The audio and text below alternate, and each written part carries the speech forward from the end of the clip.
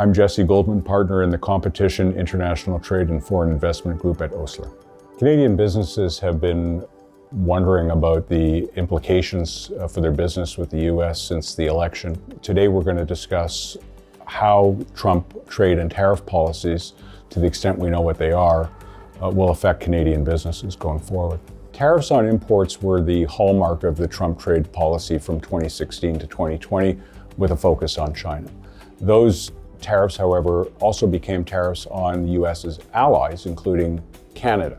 The tariffs were really designed to fulfill three goals: to correct trade imbalances, to protect U.S. industries, and to leverage negotiations with even allied countries to get better outcomes for U.S. exporters and U.S. business in general. So while the tariffs were directed at China, they also greatly affected U.S. allies like Canada, Mexico, the European Union. So an example of this that many people will remember would be the so-called 232 tariffs against steel and aluminum. Those were used to leverage concessions from Canada and Mexico in the USMCA negotiations. I think we're going to continue to see the same political and economic themes that we saw in the first Trump administration, maybe a little bit more refined and a little bit more directed. The U.S. would be acutely aware that its trade deficit with Canada for goods has increased by over 20% in the last 2 or 3 years. So it'll be looking to negotiate with Canada to ensure that that trade imbalance comes back into line with U.S. objectives. I think the U.S. will also be acutely aware that Canada has doubled down on things like protection for its dairy industry, has doubled down on the digital services tax over U.S. objections, and will be certainly seeking to change the landscape for U.S. businesses in Canada as a result of that. It's important to understand how tariffs are made in the U.S. these days. They're not the same as the way they used to be. It used to be that most of the authority vested in Congress and that there was a lawmaking procedure that went into tariffs. Congress has delegated a lot of the authority for trade and tariff policy in particular to what we call the executive branch, the president. And now the president, at the stroke of a pen, can affect tariff policy, meeting both economic and political objectives almost overnight. And that places countries like Canada in a pretty vulnerable position because the traditional abilities of allies to influence that policy have changed in some pretty substantial ways over the last few years. It's a near certainty that the USMCA is going to be reviewed, likely at the request of the US, in the summer of 2026.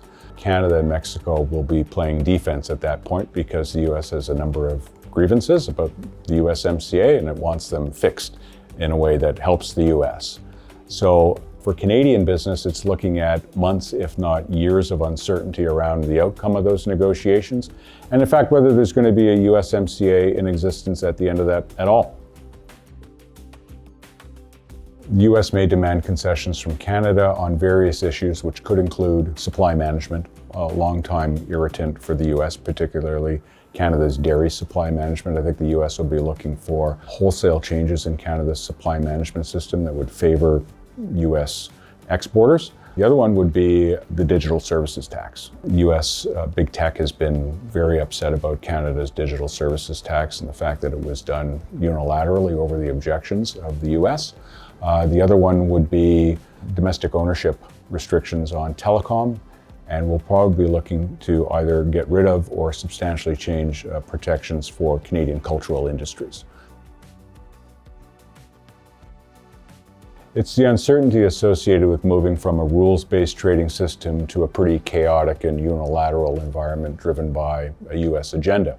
So for Canadian businesses that are heavily reliant on the U.S. market for exports and for their business in general, they're looking at increased costs, declining market share, and potentially declining business valuations. So it becomes speculative at that point, but I think in that type of environment, Canadian businesses are either looking at an acquisition strategy, potentially of their own, if that's available to them, to hedge against U.S. trade-driven uncertainty, They're potentially becoming more attractive acquisition targets themselves if business valuations are declining due to being less competitive in the U.S. market.